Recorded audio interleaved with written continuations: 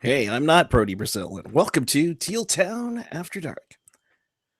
Thanks so much, Not Brody. Good evening, everyone. It is April 18th, 2019. It could have been a nightmarish night,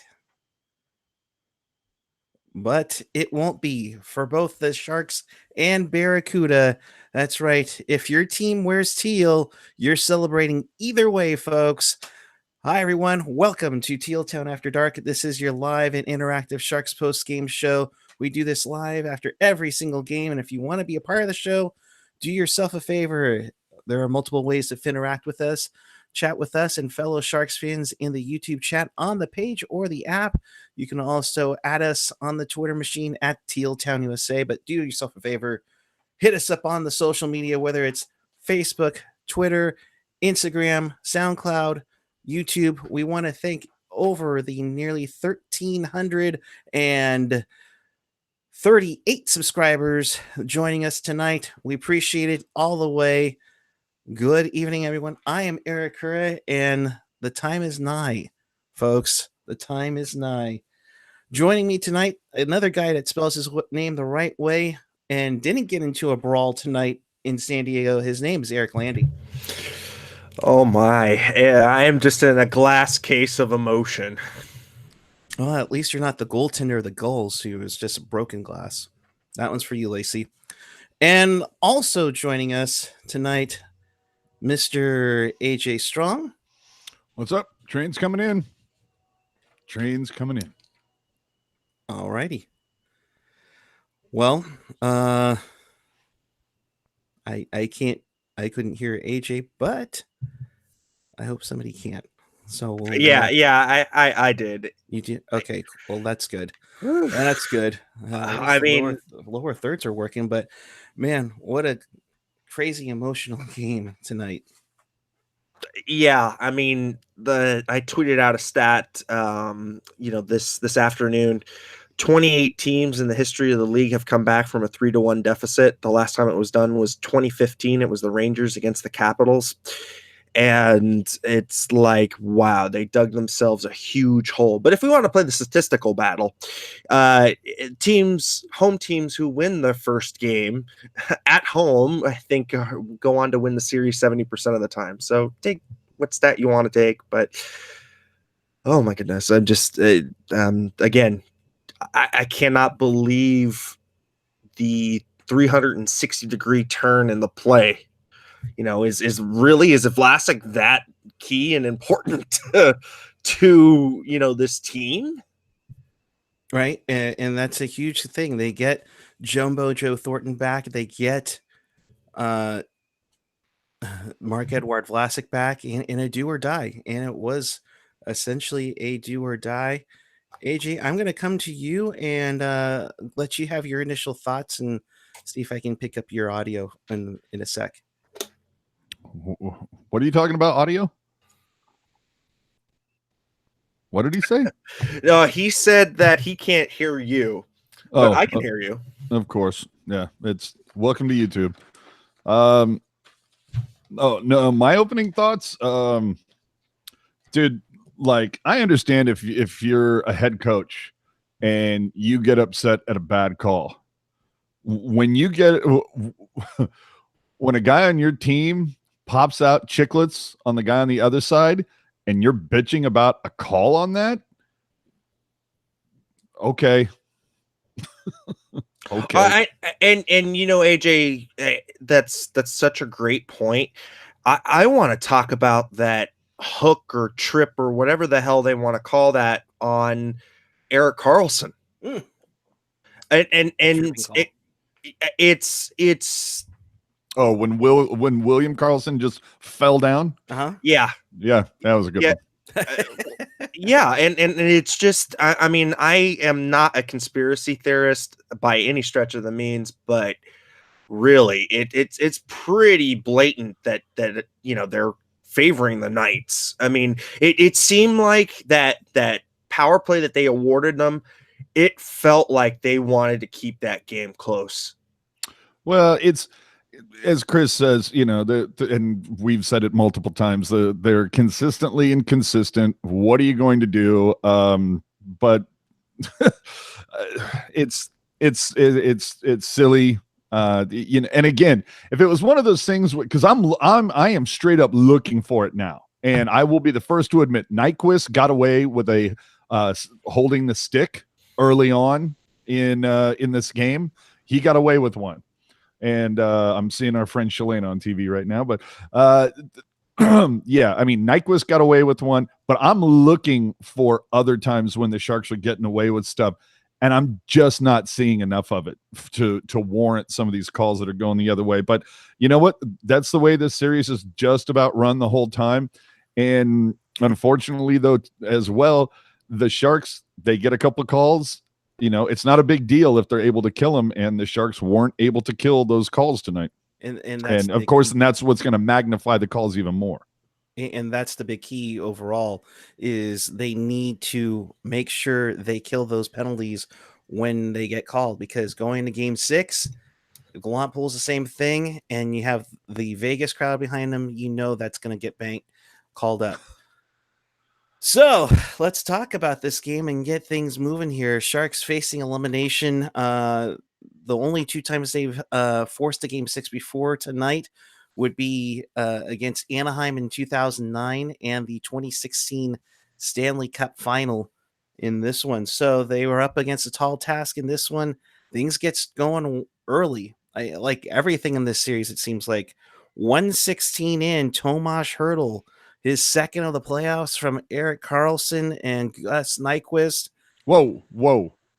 Erik Karlsson was on a goal 4? Yes. Well done, man. He's currently the leading point. Entering tonight, he was the leading point scorer for the Sharks at 5. He gets an assist on this. Leading point scorer for the Sharks. Okay. Right. I know sure where that... you're going with that down now. EK65, Gus Nyquist, boy, number 14, gets things going at 1:16. Landi, what did you take from Hertl's opener? Seems like the boys were a little wanting to get on the Knights early. Yeah, and it's crazy, when you've got those legs pumping and you get the adrenaline running, like what the body can go through, right? Because, for all accounts, Hertl was kind of missing in action in this, in this series. Besides game 1, I think. No, besides game 1, I mean, I felt, everybody was missing in action since game 1, but. No, I'm not disputing the missing in action thing. I'm saying is it Hertl's missing, or is it that Vegas is just doing a really good job of keeping Hertl at the perimeter? That's what I think it was. Yeah, maybe. But him, Hertl really stood out tonight as a player who was motivated to keep this series going. Yep, and they definitely got things going. Couture, and from the likes of Jamie Baker and Brett Hedican, who commented multiple times on it, definitely was getting loud and boisterous and being a leader of such. And he led on getting a goal at 11 minutes in, his third of the playoffs from Meyer and Erik Karlsson. Yeah. Okay. Erik Karlsson is on that. Can we just talk, though, for a second about Timo Meier's move just breaking ankles on Derek England? Yeah. I mean, oh my God, dude. Ankle breaker.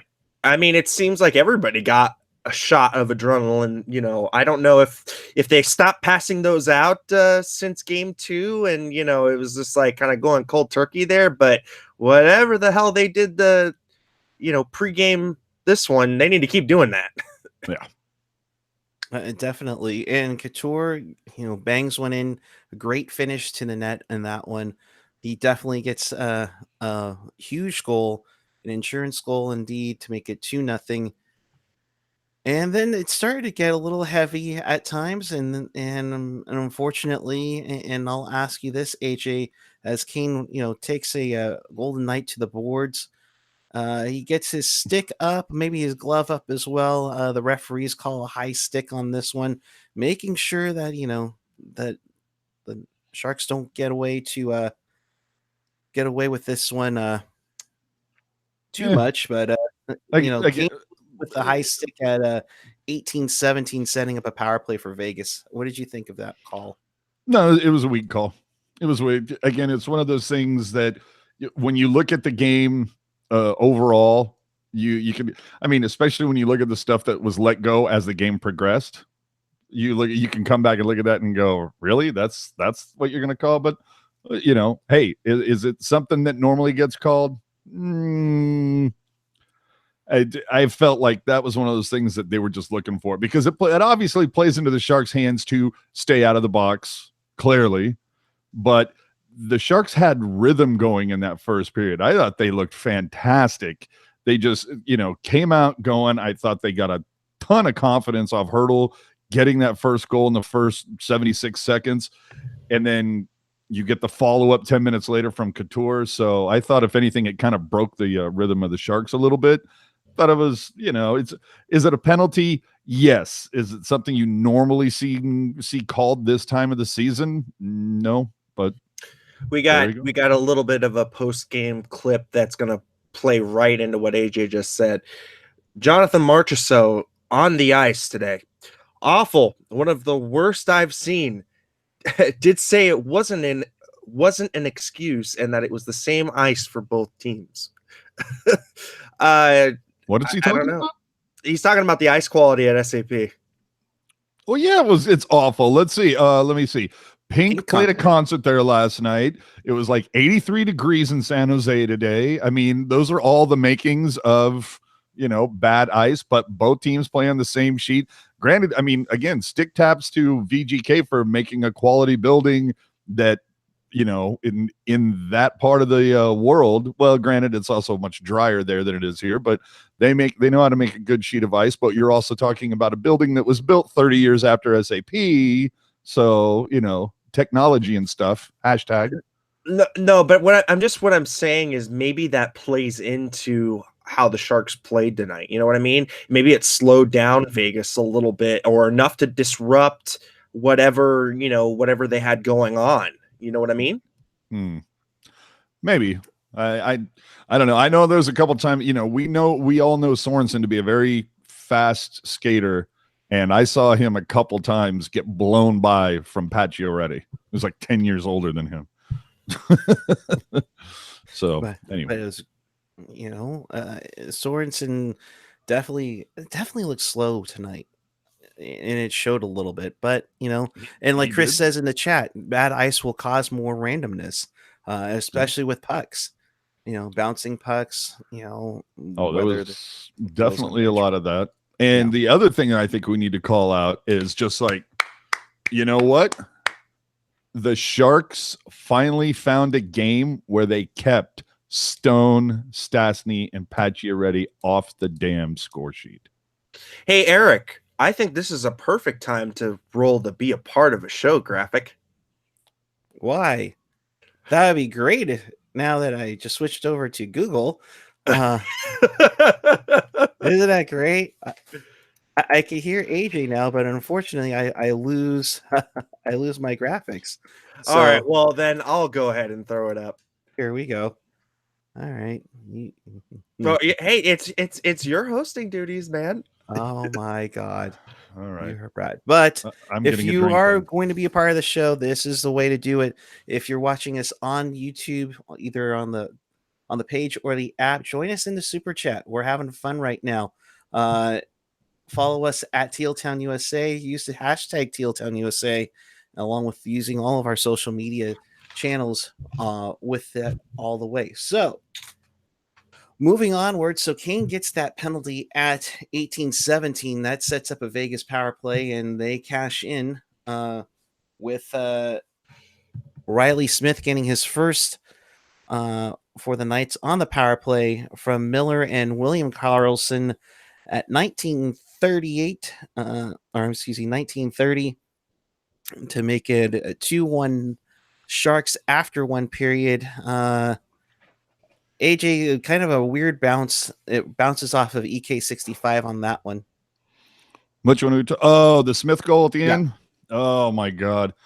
Yeah, EK65. It was like, I saw that going, and when I saw the replay, I was just like, this guy is having the worst luck I might have ever seen from a player in quite some time, too.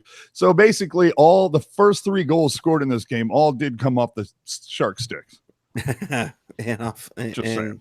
and had some Carlson effect to it either way. That one. Yeah. Well, and then to finish off the period, you know, the Sharks had the Golden Knights had twice as many goals as the Sharks, but the Sharks had twice as many goals as the Knights. Yeah. 12-6 the shots in favor of the Knights. Face-offs 64-36 in favor of San Jose. So good on that one. We move onward to the second period now. McNabb takes a holding penalty at 7:16. Nothing comes off of that power play. Although I thought considering that the power play went 1 for 3, guys, and Landi, I'll come back to you with this. For 1 for 3 tonight, I thought not bad. I thought they definitely had some chances on there that proved to be, dangerous to the Knights. Yeah, I mean, I totally agree. I think the thing that I saw consistently tonight that I had not seen in games, 2, 3, 4, or excuse me, 2, 3, and 2, 3, and 4 was the hunger, the puck retrieval, the want to, will that puck in. It is something that we haven't seen and since game 1, and it looked good. I think that the power play, whatever is making them, kind of mad dogs on the puck, it carried over into the power play. And at 12:22, Barclay Goodrow gets his first Stanley Cup playoff goal, a tip off of a shot from Justin Braun, who got the puck from Joakim Ryan. So Ryan gets his first Stanley Cup playoff point on this shot, and AJ Barclay Goodrow, fourth line, doing some things that probably weren't expected to do, but they're getting it done. Oh yeah, that's right. That's what I'm saying. No, it's it's the case of, you you gotta have everybody on board. And I still don't think that enough is being said about Joakim Ryan over the course of these playoffs. The dude was a tire fire to finish off the season. He was getting lit up left and right. And now he's playing much more comfortably. What do you mean? Don't dodge the question. I told you. I know what they're talking about. I literally typed the answer in the chat. But okay, anyway.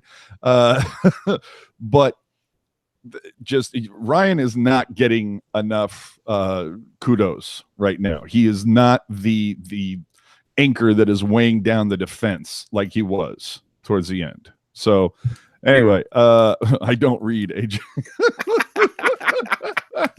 Yes, I shaved because it had to change up the mojo. Had to change it up, do something different. Yeah. So anyway, Joakim Ryan, good on you. And then Goodrow, of course. Hey, good things happen when you park your ass in front of the net. And great deflection. Way like bar down deflection, it felt like. Way top shelf. Beautiful. Rocket saying whatever it worked. AJ's not allowed to postseason facial hair ever again. I don't have a problem with that. Oh boy. So that made it 3-1 Sharks. Things are looking pretty good. And then just a little over almost a minute and a half later, Max Pacioretty takes a horrible call, or not a horrible trip. They called a penalty there at 13:44. And AJ, I'll come back to you since this was on the power play. Crazy net mouth scramble in there. Even had the bounce off the official, bounced off of McNabb's arm. I mean, to quote Mike Emmerich, what chaos. Oh, the humanity. No, it was fantastic. And for those of you who aren't aware, almost everything that we're talking about, you can find on our Twitter at tealtownusa. We have GIFs of everything posted on there. Yeah, it was just a raucous. It was just kind of like, somebody hid donuts in the crease and everybody was hungry. I mean, everybody was going for it. But I don't know, that second period, boy, I'll tell you, I was even because I felt like the Sharks really controlled everything in the first period, and the second period towards the middle, I actually felt there was a little bit of a lull there. And then once Goodrow put them back on the board, all of a sudden the Sharks had that chip on their shoulder again, and they started skating with more confidence. And I thought they finished the period strong. Landy, what did you think of that? Because they did finish with a shot total of 14-6 in the middle frame, and what did you think of that late rush, especially on that power play? Yeah, I think it was kind of a little bit of atonement for that first period, right? Because they let in that power play goal. And so I kind of felt that they didn't want to be backed into a corner kind of going into that third period. They really wanted to take it to the Knights and, really continue the momentum into the next period. So, it's good. I mean, when we do see this team hungry at the very end of periods, I mean, that's when you know that they're really engaged in the game. Precisely. And with the hunger, and thank you, John. Appreciate that very much. And then in the third period, I thought Vegas started coming out there a little bit more as they were as things got going on. And then there was that TV timeout that Gerard Gallant just decided to pull out his inner Scotty Bowman. And we've seen Scotty pull this many times, especially in the Sharks early on. Hey, maybe 25 years ago, early on, that one, where kind of like lobbies for a penalty call, and they get it at 10:15. I'll let both of these guys go off on the slip and slide that William Karlsson did with Erik Karlsson. It was again, all of this can be found on the Teal Town USA Twitter timeline. Go look at that. Just all I'm saying is go look, because the gift speaks for itself. Yeah, EK65 bumps William Karlsson, and he just falls like he got slew-footed or something. I mean, or not even that. It was just like he just, I can't stand anymore. I mean, it's look, you typically, William Karlsson is a good hockey player. To see him go down that easy, you typically don't see that very often. So I don't know if it's they're looking for a call, but I just typically, and there's been a couple times where I've seen a Shark go down easy like that, and I'm calling them out too, going, dude, hell yeah, keep your feet under you, man. Keep it under you. Kevin Hewitt, thank you for watching and listening to us from New Zealand. Gotta love it. Really appreciate it. So that's where the Australian New Zealand fan base is coming from. Appreciate it. Absolutely. Yeah, we have quite a few followers there. It was interesting looking through the analytics. But I want to say thank you to the 91 viewers right now. If you haven't already, please subscribe. It's down there in the right-hand corner, and then hit the little bell button that lets you know when we go live. And of course, if you're a seasoned veteran, you know that we go live after every Sharks game, and kind of provide our opinions and get your opinions too. At 11:36, Jonathan Marchessault, one of my X factors, gets his second goal of the playoffs on the power play. Miller and William Karlsson on the assist there to make it 3-2. And, you almost saw it coming, guys. You almost saw it coming with that one. And oh boy, I think at 3-2, I think everybody was expecting, oh shoot, here it comes anytime now. We're expecting like Vegas to tie it up. But what did you guys think as things started to come on strong, and then another Shark lost his chicklets? Yeah, I mean, I don't know about you, AJ, but I'm thinking, wow, what Martin Jones what Martin Jones exorcism did you attend? I mean, because, oh my God, this is a different kind of guy. Oh, I went to 12 churches, lit 12 candles. I'm telling you. No. And in all seriousness, though, did you guys notice when they panned into him, he's got this twitch going on and he's really super intent. And it's like, I haven't seen him that focused on a game since the Stanley Cup final, really. Well, hey, if that's don't make him go to the podium anymore, if that's what it takes to get him that focused. But to rewind, I don't know if you caught I was too busy getting Kayla for Laurel, so I don't know if you covered the Marsha show on the power play. Yeah, but I did. Yeah, okay. And then for me, the real turning point in this one at about 12:30, EK65 is completely caught in the neutral. He coughs up the puck. It's a 2-on-1 the other way, and a mammoth save from Joner right there. And that, I think, again, it's those little key moments that all of a sudden you're skating a hair faster, an inch taller, all of those things. So I think that was huge. And then, like you said, 14:30, Marsh high sticks Logan, knocks out the Chicklets. Somehow only 2 minutes, despite, Couture coming back out and throwing the smile at the refs to show that, yeah, not only am I missing teeth now, but there is some blood, but thanks for only calling 2 instead of 4 like you should have. Again, this is another way that, or at least another opportunity that the refs have to atone for some bullshit, and they don't. And that's sad to see, but whatever. Just like the refs didn't keep the puck out of the net twice on the power play for Vegas. So, I mean, you don't look at them for losses and wins, but you can certainly call out the elephant in the room when it's like that. But I mean, when you're leaving Chicklets on the ice like that, and then, like we said at the top of the show, to see Gallant bitching about the call, you just want to go, hey, Gallant, why don't you strap them on? Why don't we jam a stick in your mouth and make you lose a couple Chicklets, then see how fine you are about not having the guy who did it sit in the box, eh? But whatever.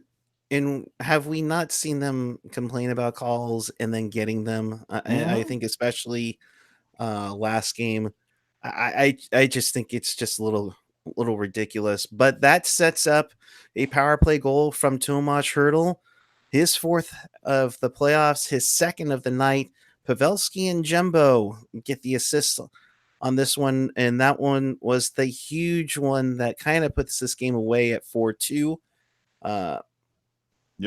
Joe Pavelski, and I'll tell you though, I'm gonna have bad dreams about Gallant, man. That guy's got a scary bitch face. That he does. I was, to be honest, he was starting to get red face. I hope he's okay. Yeah, I'm waiting for somebody to like gift that or whatever, where he's going for a little bit. Maybe they make his head shake a little bit and then just. I mean, it's scary to think, and you know what? Let's be real here. There's that psyche that the Golden Knights had on the Sharks in those 2 games in Vegas. And it seemed like they just owned them and everything. If they have turned the tables on the Golden Knights, that's a huge thing going into Sunday. And that's a huge thing going if this series does go 7, in my opinion. If you can get the coaches off the game, you can get their players off the game. And we saw that tonight with their top line. And yes, they considered their second line, but their top line of Stastny and Stone and Pacioretty. I think that's pretty good. Yeah, but what was a key tonight? Kane did not fall for Reeves' BS. The team did not fall for Reeves' BS. And what was really nice is early on in this game, Dylan just putting Reeves right up against the glass with a nice, solid hit. And it was the fact that Reeves wasn't able to get into the Sharks' head, huge. And Al's telling me now, slow down. It depends on a lot who scores first in Game 6, and that's true, especially in at T-Mobile Arena for sure. Joshua's all saying Dylan was fantastic tonight. Braun has been pretty great this series. Let's give some love to the defense, guys. What did you think tonight? You guys did mention, a couple turnovers, one that EK65, kind of set up Jones with a huge save there. But what did you guys think of the defense, especially with Vlasic back in the lineup? It looked like they missed Vlasic. I mean, no Right? kidding. I mean, Brent Burns looked like a different player with Vlasic with him. They were able to spread out those minutes and it not feel like EK65 was just dragging out there. I mean, really, it could be just an issue of conditioning with Erik Karlsson. You know what I mean?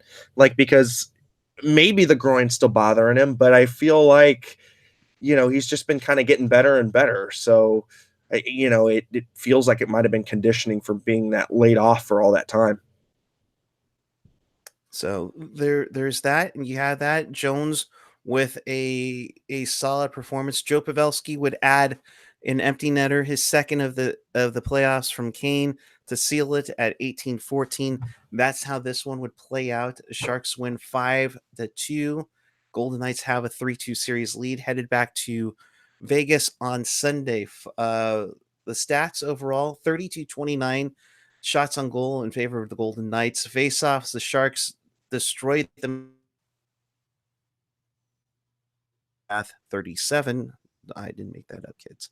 However, the Golden Knights did score on both power play opportunities. The Sharks go 1 for 3. Hits 33-22. The hits were not as much as we've seen in the last few games between these two teams. Blocks 21-18 in favor of the Golden Knights. Giveaways 11-6 in favor of the Sharks. There's something that they're going to need to clean up on this one. William Karlsson with 2 assists, along with Colin Miller for the Knights. Marchessault and Riley Smith, your goal scorers. Marc-Andre Fleury stopped 24-28 with an .857 save percentage in that one. For the Sharks, Pavelski and a goal and assist. Tomas Hertl, two goals. Couture with a goal. Goodrow with the goal. Erik Karlsson with 2 assists. 3 shots on goal, 3 hits, 1 block. Getting a little feisty with Ryan Reeves and later in the game. And Martin Jones, 30 of 32 stopped, a .938 save percentage. He stopped all shots, even strength on in this one. Overall thoughts on this night that perhaps gets the Sharks back into the series. I'll start with you, AJ. What do you want to know? I'm busy. Your overall thoughts on tonight. Look, a couple things. First off, and yes, I am multitasking. Look, Vlasic was a key component in coming back. When did Vlasic go out? Oh, about the beginning of the second, or towards the end of the first period of the second game. Well, where were the Sharks at that point? Well, they were tied up. It's 3-3. They had a great comeback after going down 3 goals. They came back and tied it. And Vlasic went out. How has it been for the Sharks since then? Horrible. They weren't able to score another goal in that game. Then you have game 3 where they cough up a goal in the first minute of every damn period. And then what happens the next game? They get shut out. So then they get Vlasic back. And of course, not having Thornton in game 4 too. But they get Vlasic back. Again, another thing that I think should be called out, Erik Karlsson looked so much better. So I don't know if he's been injured for 2 through 4. Holy cannoli, so much better. So that's the key for me. Keep playing that strong defensive hockey game, guys. Al Martinet, 2 minutes in the second period for Vlasic, and since then Couture has taken shots to his balls and teeth. These guys are getting banged up for sure, and and A012345. So Couture needs to get hurt in order for this to win. I think let's put it this way: if the Sharks lose their teeth, they win a game. Plain and simple. Lady, what did you think overall of tonight?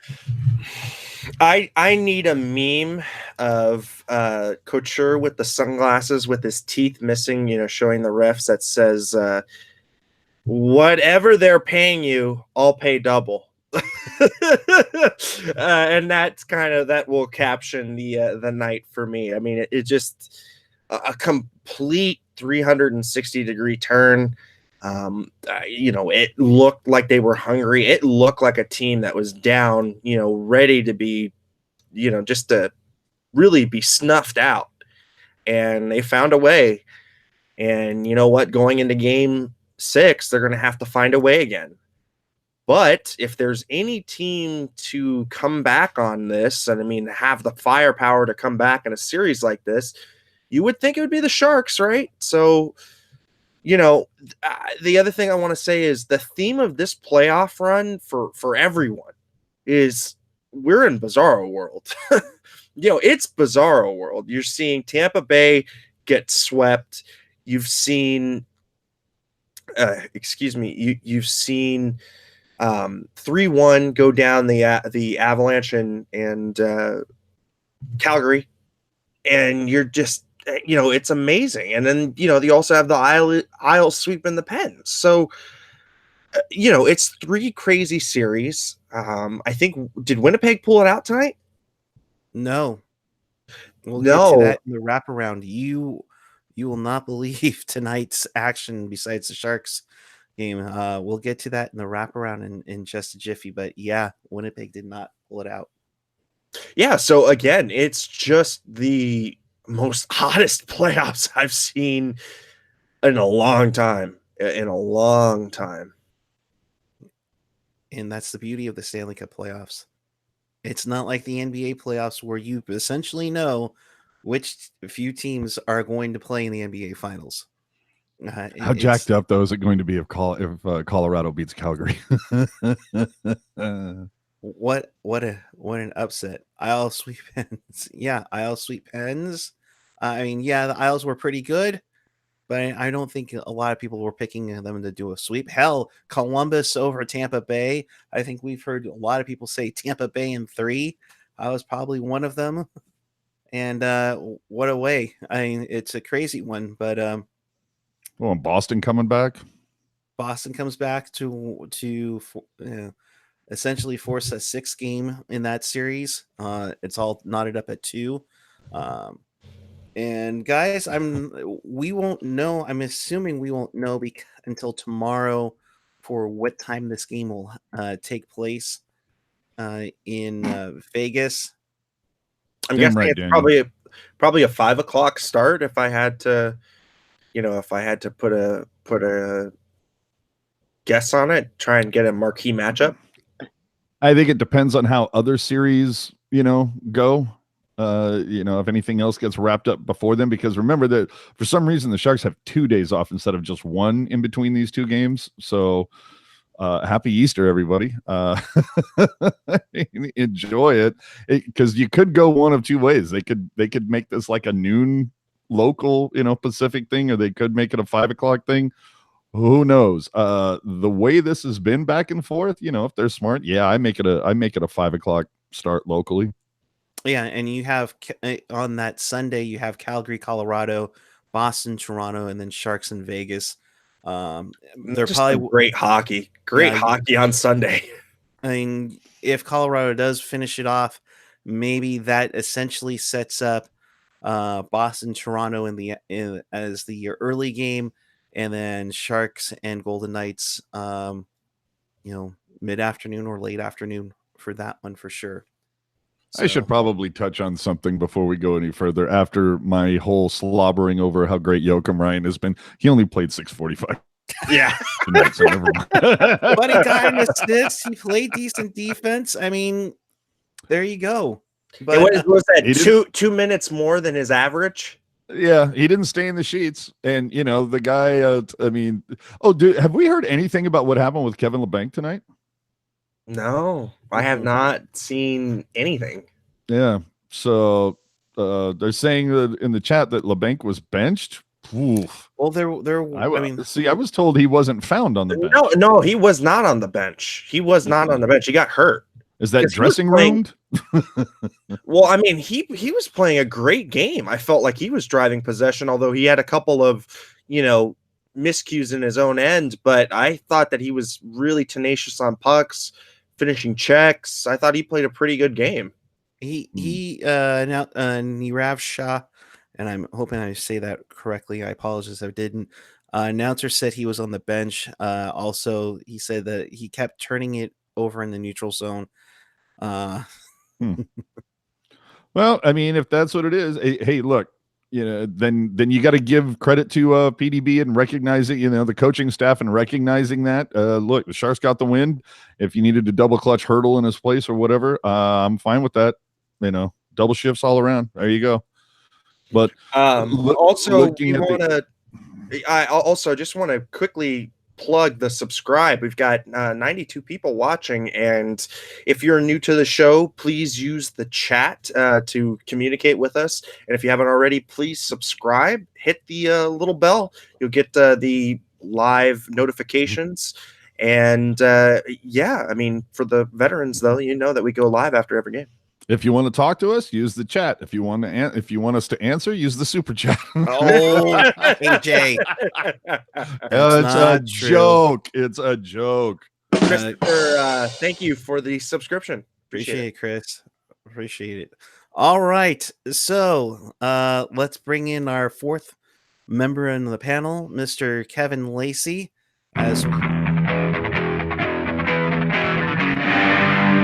As your San Jose Barracuda pretty much played simultaneously with the Sharks tonight in Game 2 of their Pacific Division semifinal series. Joining me, Kevin, how are you, sir? Yeah, it was pretty hard to follow both the Sharks and the Barracuda games tonight, so I did my best to watch both here, but thankfully both victories. And you were talking about simultaneously playing, simultaneously scoring. They literally, when Logan Couture scored that goal to make it 2-0, I went, yeah, right as Nolenberger was saying, and Evan Wenger scores! And I was like, man, this is... what's going on here? So it was pretty cool. And then the fourth goal, each team scored their fourth goals within about 10 seconds of each other. So, well, speaking of Logan Couture, and I don't know if he's got all of his marbles down there or not, but who's got some marbles? Tomas Hertl saying, I'm calling a game 7. We are better team than them. Ooh. Yeah. Go ahead, Kevin. Sorry. Damn. I do. Hey, just chiming in on that real quickly. So tonight, obviously, it was one win. It was only one win. But at the same time, only one more win makes the series tied. So, by the way, nice Brian Lurg jersey in the backdrop there. Thank you very much. That's his Lurg. Lurg. For the long-time teal tinted glasses listeners. But what I was going to say was, getting real down deep in the series, like the Sharks have been 3-1, not a very great game plan. But my question for all of you guys is, do you have more faith now that they're down 3-2 with a win in Game 5 than they would have been if they had tied the series in Game 4 at 2-2 and lost tonight going into Vegas for Game 6? Because I feel like time and time again, we see the Sharks get back in a series and then blow 2 in a row, and that's it. And granted, like I just said, going down 3-1, terrible game plan. Never do that again, Sharks. But nevertheless, is coming back from a 3-1 deficit what this team needs to get over that hump, get over their self-pity or self-doubt or whatever it is, and make a push for the playoffs, for the Stanley Cup, sorry? This team has pretty much done it every other way, right? They blew a lead. They've won leads 3-2. They've led a team all the way back to a game 7 and had to beat them. I mean, they've gotten swept in the Western Conference Finals. So any way to lose, I mean, I feel like the Sharks have found a way to do it. So maybe it's our time to win, statistically speaking. Hey, that'd be lovely. But time will tell. Yeah, time will tell. And honestly, it's they got to weather the storm. And if they can weather that storm in game 6 and can really play that clamp down style that they played tonight, I give them a puncher's chance. Definitely. And definitely giving the Barracuda a chance tonight. Sharks can't get any more injuries. I don't know how many more call-ups that the Barracuda have left, to be quite honest. I mean, and you know what a 17.48 goals against average in game 1 gets you? Antoine Bibeau, a call-up to the Sharks roster this morning. There you go. Honestly, though, I think in that respect, since it was an optional practice today, I think who knows which goalies were even going to be in practice. So I think it was more of we got to have someone there. So Antoine Bibeau, you're on your way up. He started, if you guys watched Barracuda After Dark last night, you know that things didn't go great for Mr. Bibeau. It was a wild start to the game. The Barracuda were up 3-0 before the first media timeout, and 4 minutes later, the game was tied at 3, and neither starting goalie was in there. So it was Josef Korenash's net tonight. He played outstanding. The Barracuda played a pretty solid game and did come out with a 5-3 victory behind Korenash, leading the charge. Evan Weinger with 2 goals and an assist. And Ivan Chikovic, again, 2 more assists. So both those guys, Weinger and Chikovic, are now tied with 4 points each here through the first 2 games to lead the team. So, Kevin, he's going to be special, isn't he, guys? Yeah, I think so, man. I mean, to me, that's your next big tandem is Chikovic and Chmielewski. I keep saying it like every time I come on here, but I just have that much faith in these 2 guys. So. Yeah, and it's interesting too. We've seen, the kids kind of grow up before our eyes, right? I mean, it wasn't too long ago that we had a Kevin LeBanc and a Timo Meier, fresh faced and pasty eyed, coming up here and, just kind of being awed by the NHL. And now look at the key contributions they've made. I mean, yeah, people were saying that LeBanc was kind of, giving it up in the defensive zone a little too easy, but you know what? His offensive instincts, you just can't replace that. And this team just does not have that. You can teach the defense. You can teach, the tenaciousness of a Joe Pavelski, if you continue to work on your craft, but those offensive instincts, you can't teach that. No, you can't. And of course, I think I was prepping for the show and getting everything ready. But what a brawl that did I hear correctly? The goaltenders were used. One of them was. By the way, Ivan Chikovic had a goal as well. Small details, right? Goal and 2 assists. But yeah, towards the end of the game, things got a little weird. The Barracuda made it 4-2 after an Evan Weinger empty net goal. But the goals, it's weird saying goals and gulls like in one long sentence here, but Sam Steele scored with 27 seconds left and made it a 4-3 game. So things got pretty interesting. Right off the face-off, the Gulls won the draw and passed it right to Evan Weinger. I said Weinger earlier. I meant Hubgawaks got the first empty net goal. They literally just passed the puck right to Evan Weinger, who shot and scored to get a second empty net goal. 5-3, and then a brawl ensued. I didn't quite see what happened there, but I know Sam Carrick was doing Sam Carrick things as he always does. He's kind of the Dustin Byfuglien of the AHL in that whenever his team loses, he needs to fight. So I don't know why your 32 goal scorer fights, but that's what Sam Carrick does. So him and I believe it was Kyle Wood was in there and Jeffrey VL was in there and whatnot. VL and Carrick ended up getting the misconducts there. But then right after that, as time was expiring, another brawl ensued. Goaltender Jeff Glass of the Gulls decided to get himself involved, and Keaton Middleton laid him out basically. And then when Jeff Glass decided, fighting a 6'5" defenseman might not be my best game plan, he tried challenging Josef Korenash to come all the way down and throw down a glove and blocker. Korenash said, "Nah, I'm good. Keep your KHL antics to yourself." And the referees just decided to call the game, because at that point, the Gulls fans were throwing beers on the ice. They were throwing beers on the ice. It was 4-3. And already were warned. And then 5-3, more beers. And then this brawl comes out, and the refs just said, "That's it. This game's over." So it's kind of a weird way to end this one. But the Barracuda. How much time was left? There was only a few seconds left. Okay. I mean, it wasn't like, it was maybe 5. Okay, so gotcha. Just and a good call, honestly. I mean, the first 2 games really didn't have much feistiness to it, which these 2 brawls here at the end kind of came out of nowhere. I mean, kind of were expected going into the series. So, but for how the games were played out, really surprising. But good job by the officials, because, if they played out the next 5 seconds, I'm sure all you're doing is inviting a third brawl to happen. So, yeah. Monday's game is going to be a lot of fun. Now the series is tied 1-1.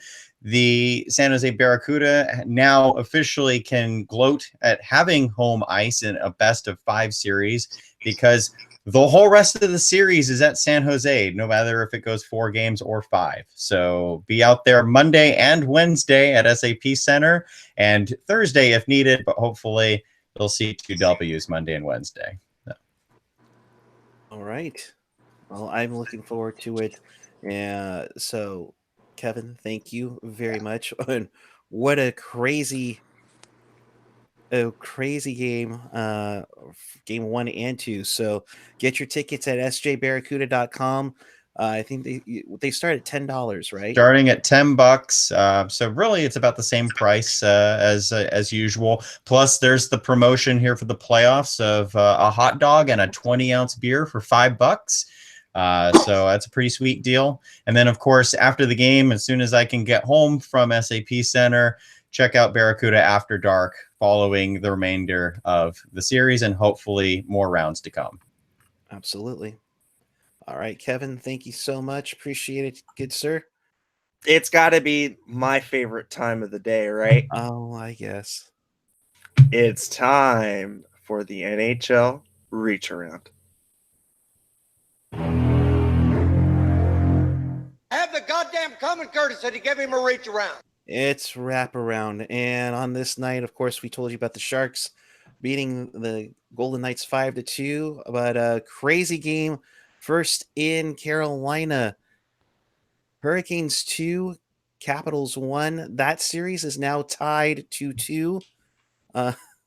Ovechkin with the only goal for the Caps on the power play, but Teuvo Teravainen with the game winner late in the second period. Warren, don't call me Jared Fogle, scored 17 seconds into this game.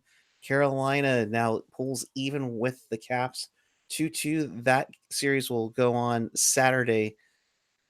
And a game that had Winnipeg up 2-0 after 40 minutes of play.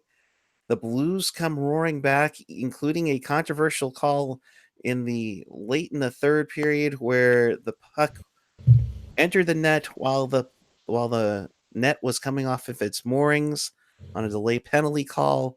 But nonetheless, Jaden Schwartz with the game-winning goal with 15 seconds left in regulation gives the Blues a 3-2 win and a 3-2 series lead in that series. Oh my goodness. May the Schwartz be with you.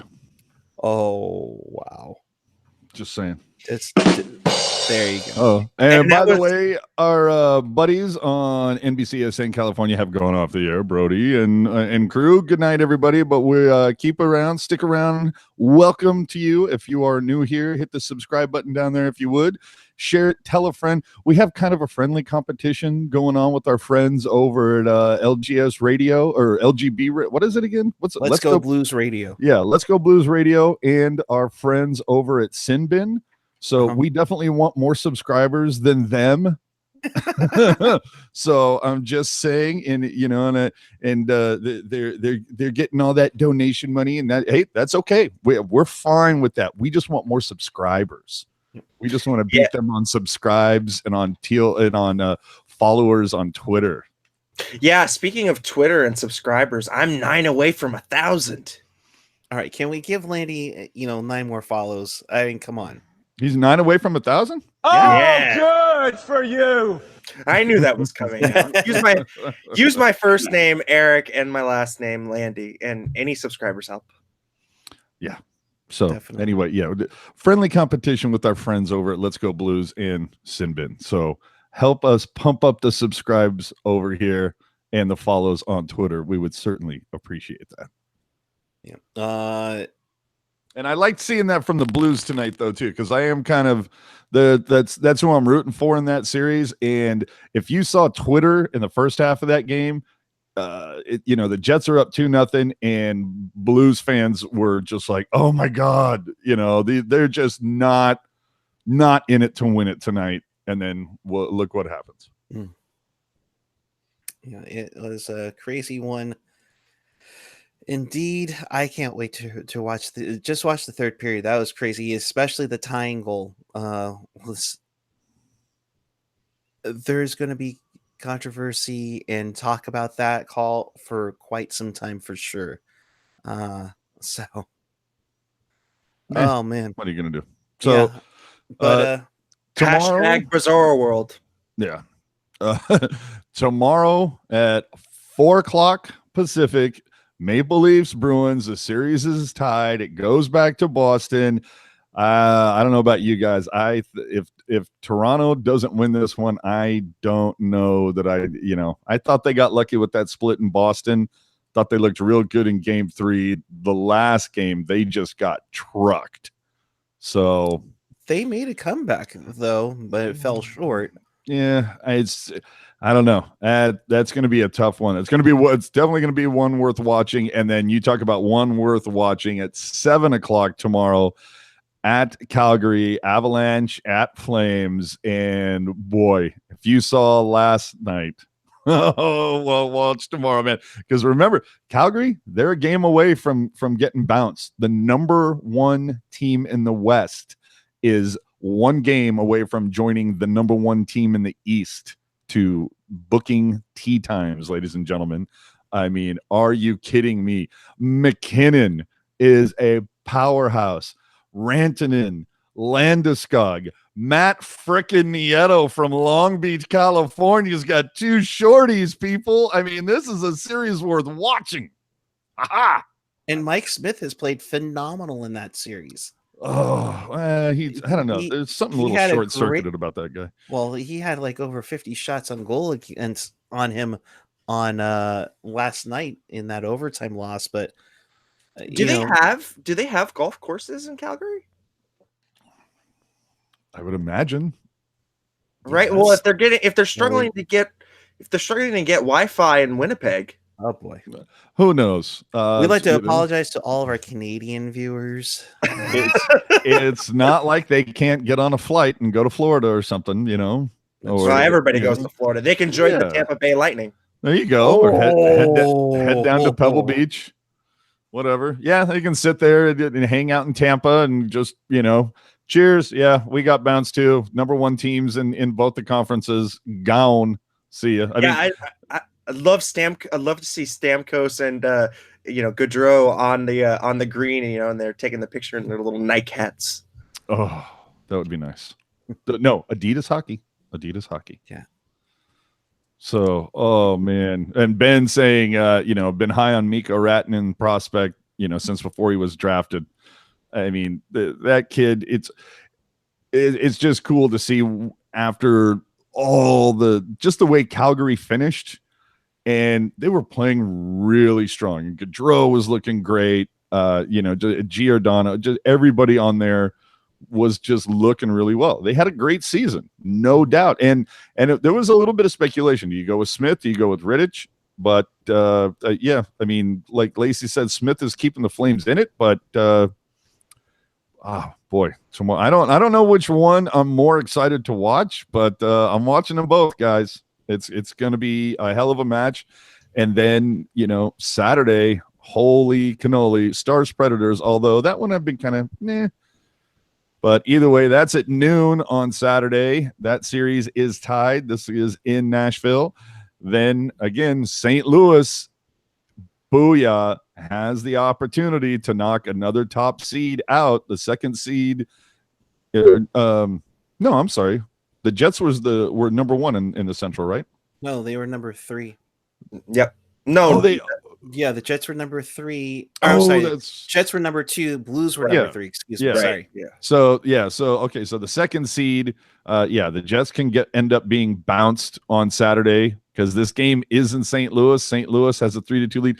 That's huge. A lot of people had Winnipeg at the beginning of the season. A lot of people had Winnipeg in the final at the beginning of this season. A lot of people thought St. Louis was going to go deep too, and they started out horribly and picked up where they left off. Well, they didn't start off horribly, but by January, it was about as bad as you could get. So to see this kind of a comeback, holy cannoli. I mean, O'Reilly, Tarasenko killing it for the Blues. And then Caps, Canes, another one. The series tied, and I think a lot of people are going, really? Like, I think a lot of people thought the Caps were going to take this in 5. Like they might, like the Canes. I think most people were said, yeah, okay, they'll win one at home because of the whole storm surge thing, and they'll be, fans will be ratcheted up, but it'll probably going to be Caps in 5. So the fact that the series is tied, oh man, so much, so upset, much wow. There's a lot of potential upsets here. Yeah, I mean that Dallas-Nashville series, don't sleep on that one either. I mean that one's pretty contentious. Yeah, the Stars do have the opportunity there, man. That Miro Heiskanen guy, he can play the game, right? He can play a little bit, and Sagan, hello. Jamie Ben's made some nice plays. The only thing that makes me sad about who cares? You're the one that's calling it. You're saying Nike instead of Nike. But it just makes me wonder what this would have looked like if we were back to 1 through 8 instead of the bracket-based playoffs. I'm just saying.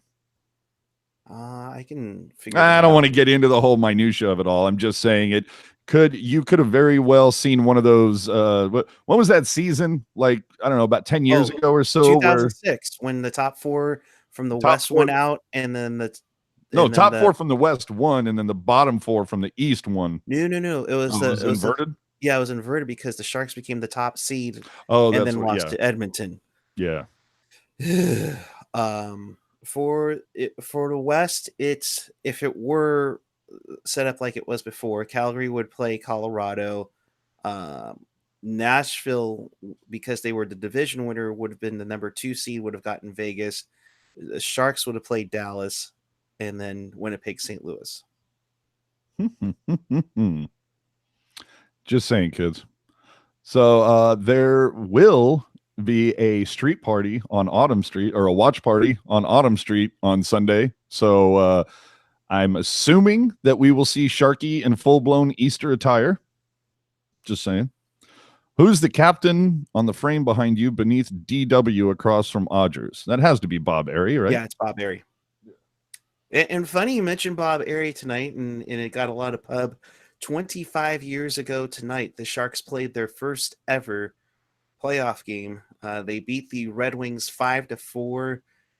A 19-year-old rookie, Vlastimil Krupa, had the game-winning goal with about 4 minutes left. Yeah.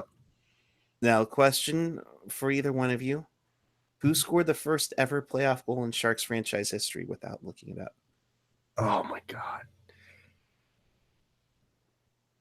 chat. I'm gonna go check with you. Whoa, man. Is it your favorite player? It was not Ray Whitney. Ulf Dahlin? It wasn't Ulf Dahlin.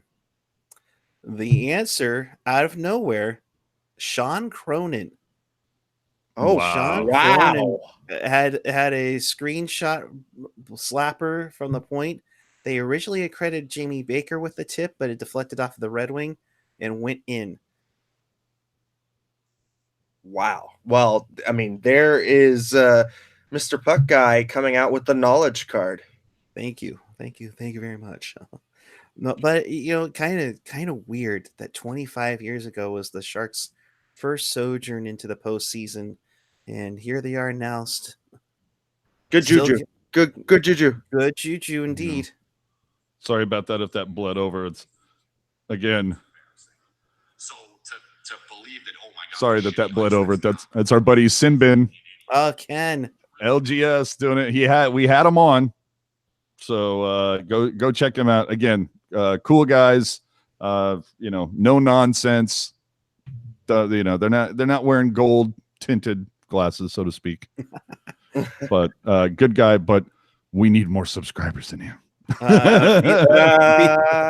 Felix Chow saying Puck Guy becoming the Dan Rusanowski of Teal Town.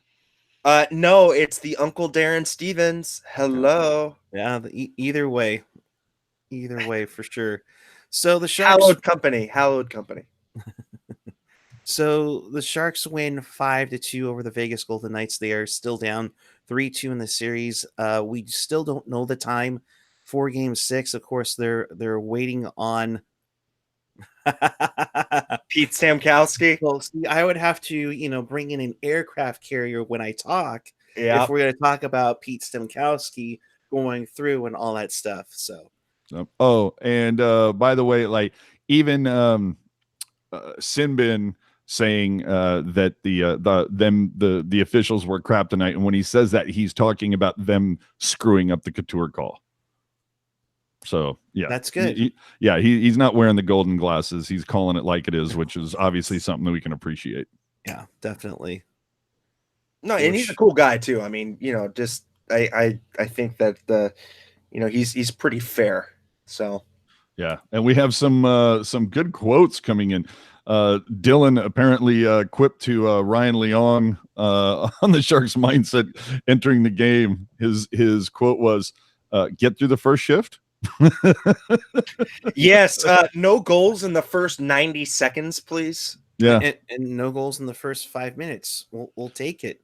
Yeah, and like Chris says, if this series goes to 7, then we're definitely going to get Sinbin back up in here to do something. That's all I'm saying. The Drew Remenda articles have been gold. Absolutely. I can't, I'm not going to sit here and pat myself on the back for digging Remenda out of the ashes, from us starting up with him earlier this season. And then just before this all started, now all of a sudden he's talking to Kurz and doing guest articles on the Merc. I mean, I'm not saying I had anything to do with that, but I had everything to do with that. basically, getting Drew out of excommunication from the Sharks, right? Yeah. He's dragging him back into the media. I love it. Meanwhile, I think I can AJ, if you get him rehired, that will be, we're not worthy. You'd have to send a lot of flowers to Hasso Plattner's door. Oh, yeah. A lot of flowers. I can faintly hear, unfortunately, a sick Puck Mom still saying he's a stud muffin and a half. Of course. Yes. But we'll get that back on. Sinbin, totally cool. Again, Let's Go Blues Radio, also very cool dudes. So, give them a follow. They're quite awesome. Well, let's take this thing home. Erik, yep, you got the graphic. If you missed anything, or you want to watch this again, check us out on tealtownusa.com or your favorite podcatcher, whether it's iTunes, Google Play, SoundCloud, Stitcher, TuneIn Radio, and of course now on Spotify. So check us out there. But of course, most importantly, subscribe to our YouTube channel. We think I think we got like 3, 4, 5 subscribers. I think we're over 1341. So we want to thank each and every one of you who subscribe to us. We do this after every game. We were the one that started the live interactive post game show here on YouTube, and we aren't going away anywhere. So Hold we on. appreciate what? AO with a great comment. Since McClellan is going to LA, does Drew go there too? Oh no! Why would you even wish that? No. Oh, that would be fantastic. You know what would be more fantastic is if Drew didn't go as a color guy, if he went as an assistant coach. I would love that. Oh no! If he was the video guy again, right? You know how many shirts he got as the video coach? Oh, the video. Yeah. Oh my God. That would be Jim Fox will not allow that to happen. Oh yeah. It's amazing though. Chris pointing out a great key. Why would they want the guy who coached the reverse sweep? He was on. He's going to be on both sides of that bench. Oh Right. man, that is amazing. It's going to be fun to watch how that ends up working out for T-Mac.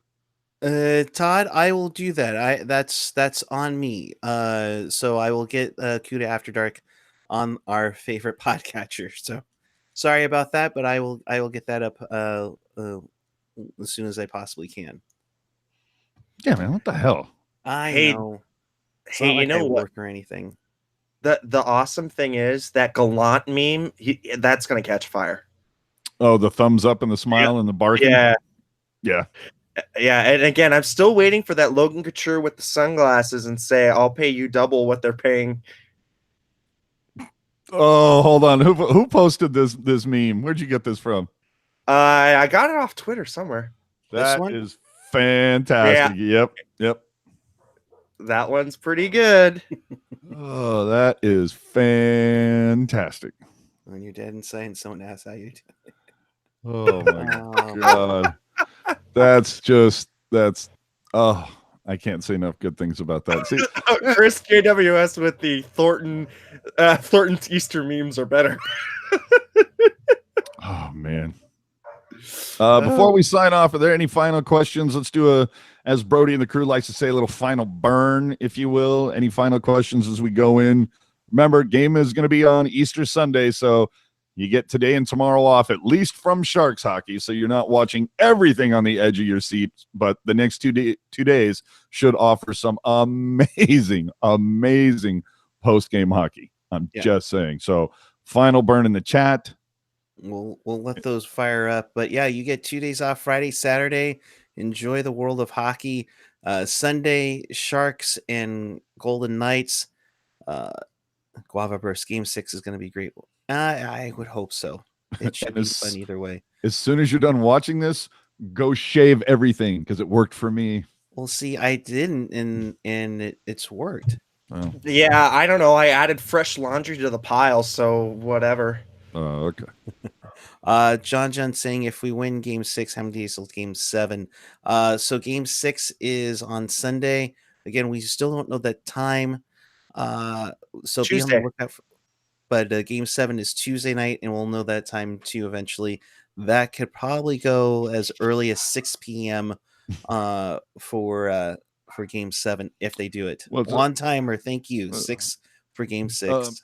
No, well, I mean, let's be honest. If it goes to Tuesday, that's going to be a 7:00 start. Yeah, I don't know. I mean, depending on what's if there's no game 7s on, I could definitely see that being pushed. Yeah, I can't. They're not going to bump that up. Nope. No way. Yeah, I just can't see that. Not when everything has been 7 or 7:30. That would be like if it was on on a weekend, sure. But during the week, I can't see them pushing that. I would say it's going to be a 7:00 start. Unless, I mean, the thing is, unless they fly in Doc, right? That's not happening. Huh?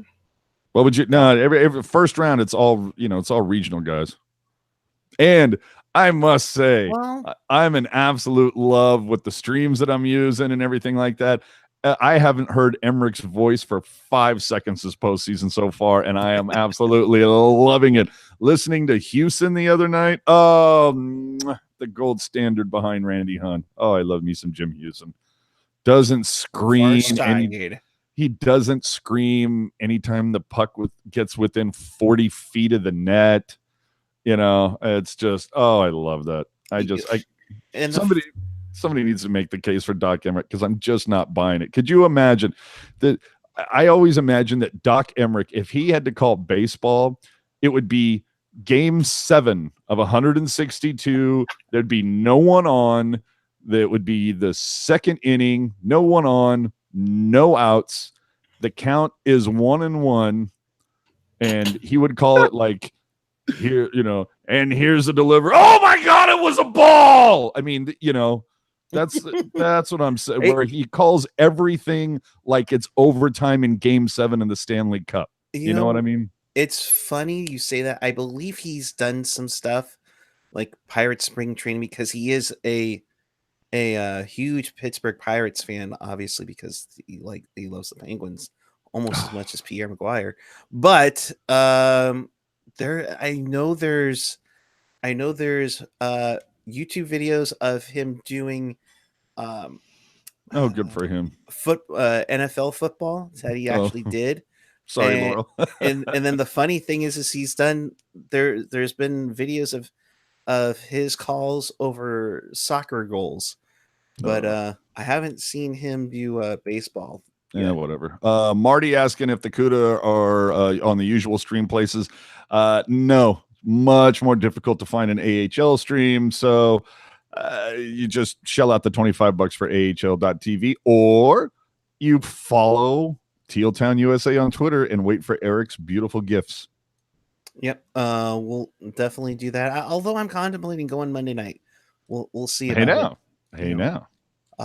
Remember, first 4,000 get in with the Barracuda rally towel. It should be a great atmosphere, and by all means, it's inexpensive, guys. Get out there and enjoy it. I mean, Barracuda hockey. I mean, it's far fetched right now, but let's go for the double. Why not? Caven Hewitt, slide into my DMs, bro. I'll hook you up. Yeah. Or Lacy pointing out, AHL TV, or go to the freaking game. It's only $10 for that. Exactly. If you're local, and you can sit there and say, hey, I saw the Kuhre at SAP Center before they got their new Solar for America ice arena at, over at 10th and Alma. Yeah, that'll be interesting to see how that works out. That'll be fun to see. So, I can't wait for that to happen. Yep. That's going to be a lot of fun. Yep. So, looks like our AHL streams like a Periscope stream from someone's show. No. But all right. Well, with that, sounds like it's about that time. Yeah. We will get out of here. We'll be back with you sometime Sunday. I'm hoping it's actually an afternoon game. Otherwise, I will not be able to do the show. So we'll be back with you in some form on Sunday following Game 6 of the Sharks and Golden Knights. And here's hoping that I have to wear a number 7 jersey to Game 7. That'll be epic. So final from the Twitter, if you can believe this. Oh my God. We got Jamie Baker on the Twitter machine right now. Oh, this is great. He's saying, Brody tweets out, if you look closely, you can see the 2 teeth that Logan lost. And Baker tweets over the top of that, and Vegas vehemently complained that it wasn't a high stick. Someone needs to explain that to me. I want to go back and look at Gallant's post game and see if anybody asked him about it. I have the quote right here. We're looking at the video. We're looking down, and there was no call made. They huddle up at center ice, and then there's a call out of that. The guy goes off the ice. From what I saw, there wasn't much there for that reaction. So he's saying he embellished it. I guess so. Oh my God. You know what would be really funny? Oh my God. How great would this be? That Burns goes and plays the game with his bridge, his fake 2 front teeth. Just go in and play the game with that. And then at one point during a marquee part of the game, just knock him out and say, look, my teeth are on the ice. That was a high stick. Yeah.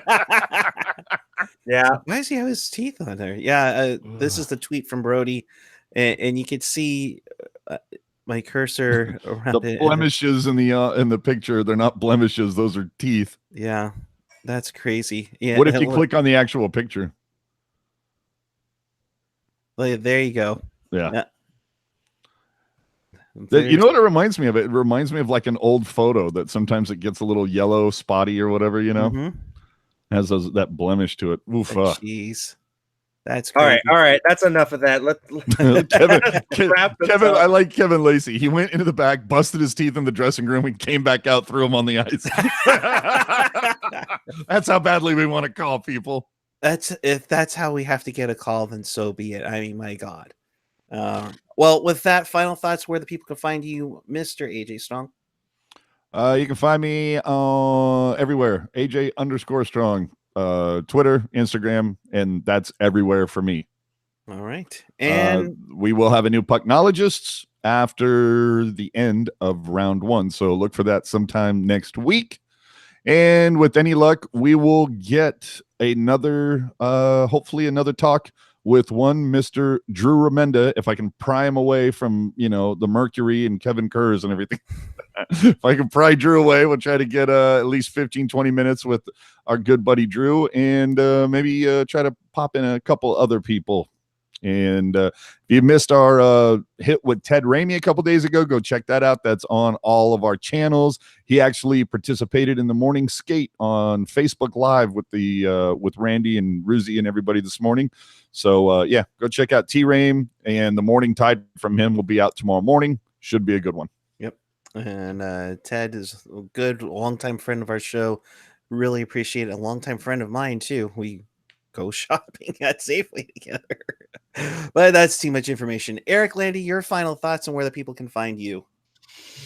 Hey, you know what? I'm serious. Just win that first 5 minutes of game 6 and I'd be happy with that, right? You can find me using my first name. That's Erik. That's spelled the right way. That's right. And Landi, Landi, on all of that social media garbage. All right. And as we said, we will be back with you following Sharks and Golden Knights game number 6. Time to be determined depending on the outcome of a couple other series. So we'll be back with you then. Check your local listings. Check our Twitter, tealtownusa on the Twitter and the Instagram. And we'll be back with you on Sunday night. Until then, keep it real. Keep it teal. Keep it real, Teal. Have a wonderful night, everyone. Go Sharks. They're right back in this series. Let's make it happen.